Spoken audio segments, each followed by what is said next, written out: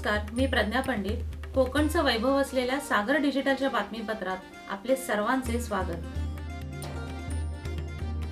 पाहुयात आजच्या ठळक घडामोडी. जोरदार शक्ती प्रदर्शन करत श्रीकांत शिंदे यांनी उमेदवारी अर्ज केला दाखल. ऐन निवडणुकीच्या तोंडावर किरण सामंत यांनी कार्यालयावरील पक्षाचे बॅनर हटवले. शेवटच्या श्वासापर्यंत मी तुमची साथ सोडणार नाही, मुस्लिम समाज बांधवांना तटकरेंचे भावनिक आवाहन. इंजिनमध्ये बिघाड झाल्यामुळे रत्नागिरी दिवा पॅसेंजर सावर्डे दरम्यान खोळंबली. पाण्याचा अंदाज न आल्याने नदीत बुडून तिघांचा मृत्यू. आता पाहूयात सविस्तर बातम्या. कल्याण लोकसभा मतदारसंघातून शिवसेना शिंदे गटाचे उमेदवार डॉक्टर श्रीकांत शिंदे यांनी 2 मे रोजी आपला उमेदवारी अर्ज दाखल केला. अर्ज दाखल करण्यापूर्वी मोठ्या धूमधडाक्यात फटाक्यांच्या आतिषबाजी आणि ढोल ताशांच्या दणक्यात भव्य रॅली काढत श्रीकांत शिंदे यांनी शक्ती प्रदर्शन केले. यावेळी मुख्यमंत्री एकनाथ शिंदे, त्यांचे कुटुंब व महायुतीचे इतर पदाधिकारी उपस्थित होते. रत्नागिरी सिंधुदुर्ग लोकसभा मतदारसंघात महायुतीचा प्रचार अंतिम टप्प्यात असताना मंत्री उदय सामंत यांचे मोठे बंधू किरण सामंत यांनी आपल्या कार्यालयासह शिवसेना संपर्क कार्यालयावरील शिवसेनेचे बॅनर हटवल्यामुळे कार्यकर्त्यांमध्ये संभ्रम निर्माण झाला आहे. लोकसभेसाठी इच्छुक असलेल्या किरण सामंत यांची नाराजी यातून व्यक्त होताना दिसत आहे.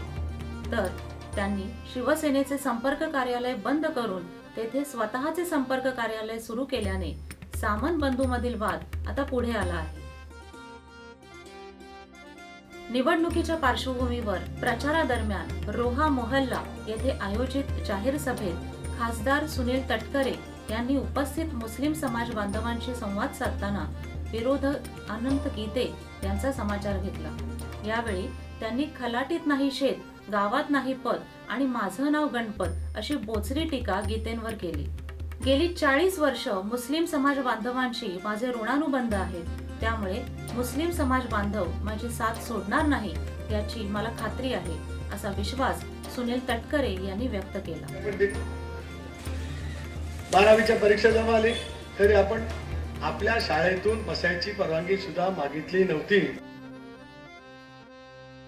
उन्हाळी सुट्ट्यांमुळे प्रवाशांनी खचाखच भरलेली कोकणवासियांच्या हक्काची रत्नागिरी दिवा पॅसेंजर 2 मे रोजी रत्नागिरीहून दिव्याला येत असताना इंजिनमध्ये बिघाड झाल्यामुळे सावर्डे स्थानकावर रखडली.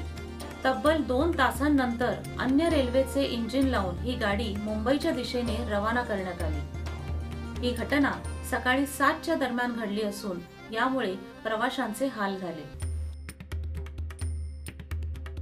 सागर डिजिटलवर बातमीपत्र सुरूच राहील, मात्र अल्पशा विश्रांतीनंतर. एक कर्तव्य देशप्रेमाचे, एक कर्तव्य लोकशाहीचे, एक कर्तव्य मतदानाचे, एक कर्तव्य सन्मानाचे. चला मतदान करा आणि कर्तव्य बजवा. सागर डिजिटलच्या बातमीपत्रात आपले पुन्हा स्वागत. बदलापूर येथील असनोली गावाजवळ वाहणाऱ्या 12वी नदीत पोहण्यासाठी गेलेल्या 3 तरुणांचा बुडून मृत्यू झाल्याची हृदयद्रावक घटना 1 मे रोजी दुपारी घडली. पाण्याचा अंदाज न आल्याने एकमेकांना वाचवताना या तिघांचा मृत्यू झाल्याचे समजते. ऋतिकेश मुरगू, सुहास कांबळे, युवराज हुली अशी या मृतांची नावे आहेत. हे सर्वजण बदलापूर येथील घाडगे नगर तसेच जवसाई परिसरात राहणारे होते. रायगड लोकसभा मतदारसंघाचे इंडिया आघाडीचे उमेदवार अनंत गीतेंनी निवडणुकीपूर्वी खेड या आपल्या मूळ गावच्या ग्रामदेवतेचे म्हणजेच केदार काळकाई मंदिरामध्ये जाऊन देवीचे दर्शन घेतले. माजी आमदार संजयराव कदम, गावातील प्रतिष्ठित नागरिक व इंडिया आघाडीचे पदाधिकारी यावेळी त्यांच्यासोबत उपस्थित होते. विविध मंदिरांमध्ये चोरी केल्याप्रकरणी खोपोली पोलिसांनी गुन्हेगारांच्या मुसक्या आवळल्या आहेत. या टोळीत राजू शेख, इम्रान शेख, राकीब शेख, मुजाहिद खान अशा 4 आरोपींचा समावेश असून त्यांच्याकडून 7,02,800 रुपयांचा मुद्देमाल जप्त केला आहे.